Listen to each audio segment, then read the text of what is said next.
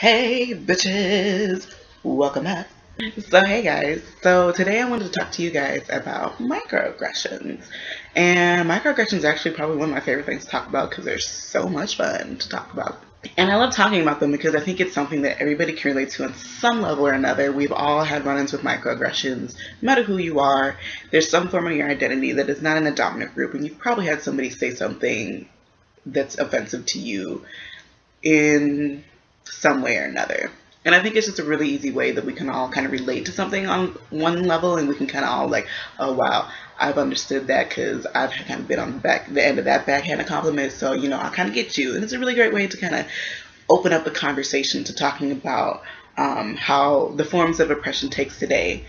First and foremost, you're probably wondering, what the hell is a microaggression? Let me tell you. So to put it simply, a microaggression is basically a common verbal, behavioral, or environmental insult that perpetuates something hostile or derogatory to somebody of a oppressed group.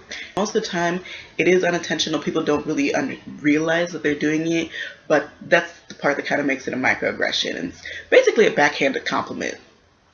And before you guys start running off and be like, oh my god, here goes Tumblr making up things again, this is actually not something that's made up on Tumblr. This has actually been a term that's been around since the 70s. You can go look up the psychiatrist Dr. Chester Pierce. He's the person who coined this term way back in the 70s. I'm actually going to put the link in the description so you guys can read all about it and get dragged, okay? But back to microaggressions. I'm actually going to use myself as examples. So I mostly receive racial microaggressions because for me, my race is usually the first thing people know about my identity. And then probably the second thing would be my gender as a woman. So some of the microaggressions that I get that I absolutely cannot fucking stand are things like, can I touch your hair? Like, like, first of all, no. Like, don't touch anybody's hair because it's fucking disgusting. You're in my personal space. It's my hair. Like, don't fucking touch it. And the one thing that really pisses me off about it is like, you don't go around touching white people's hair. So why, just because you haven't seen black people's hair means that I am all of a sudden a petting zoo for you. Like, don't fucking do that. Step the fuck out because you will get clocked, bitch, okay? I have a black friend, or my best friend is black, okay? And bitch, who asked you? Like, just because you have a black friend means that you all of a sudden a fucking niggerologist? Bitch, bye. Like, no. And one thing that I really hate about that is it's usually always something that's brought up to try to relate to you. Like, oh yeah, I'm black and I'm from blah blah blah. Oh really? My best friend is black too. Oh my god, we're like BFF. Like, no, it's not even. No, just goodbye. Pretty for a dark skinned girl. Like, this. So all dark skinned girls are ugly and I'm just the exception. Like, you're not like other black girls. You're not like those black girls. You're basically telling me that I'm an acceptable black person. I'm the exception to all those other apish Negroes out there. So I'm the cool one. I'm a good one. The rest of them are trash, and I hope they all die. But you cool. You cool. That's all right. That's not cute. That's not a compliment. Where are you really from? Because you're not white, so you couldn't possibly be from America. So where are you really? And I actually had somebody argue with me like where I was really from, and I was like, she was like, oh, where are you from? I was like, oh, I'm from Seattle. She was like, oh. No, like, where are you really from? I was like, oh, well, I'm adopted, so my birth family is from, the Houston, Texas, and Louisiana area. She's like, oh, but, like, where are we from before that? I'm like, before I was born, bitch. Like, what the fuck are you talking about? I'm from here. Like, what the fuck are you talking about? Like, where are your ancestors from? I'm like, bitch, how the fuck would I know that? Like, why is that even relevant? Like, where are your ancestors from, bitch? Huh? Where are they from? Do you know? Where in Europe are you from? Because I'm gonna need you to skedaddle on back there, bitch, because you don't even belong here. I don't see color. I don't see it. We're all the same. We're all humans. We all bleed red. You sure about that? So what color is that sky? You don't know what color that sky is? Is you colorblind? What color is that wall? You don't know what color that wall is? Well, you don't know what color the shirt is? You don't see color? Oh, so what you're really saying is you just don't see me. I'm transparent? Okay, cool. That's cool. Why does it matter that we even talk about microaggressions or even acknowledge that microaggressions exist?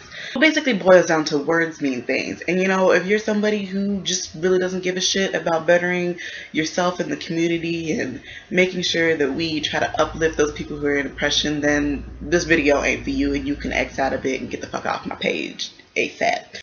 But for the rest of you, words mean things and words hurt people. I understand a lot of people don't realize the oppression and the derogatory things that you say behind these microaggressions, and that's okay. That's why you're watching this video, and that's why you should be educating yourself on that. Oppression today, especially for things that in the past have been so visible, it's not as visible today. Racism isn't chains and whips anymore. Racism takes form in these subtle everyday things like microaggressions. And the more you do that, the more you perpetuate and support that system. That being said, how do we fix it? How do we avoid making microaggressions? Nobody's perfect. I still to this day say things that offend people. As much as I would like to consider myself a very conscious person, nobody can know everything that's going to offend somebody. Even bottom line is you just got to work on it. You're probably never going to stop ever saying a microaggression. You're probably never going to stop saying something that offends somebody in your entire life, but you can at least be conscious of the words that are coming out of your mouth. A couple of the tips that I found useful and that I want to pass on to you is, number one, just think before you speak.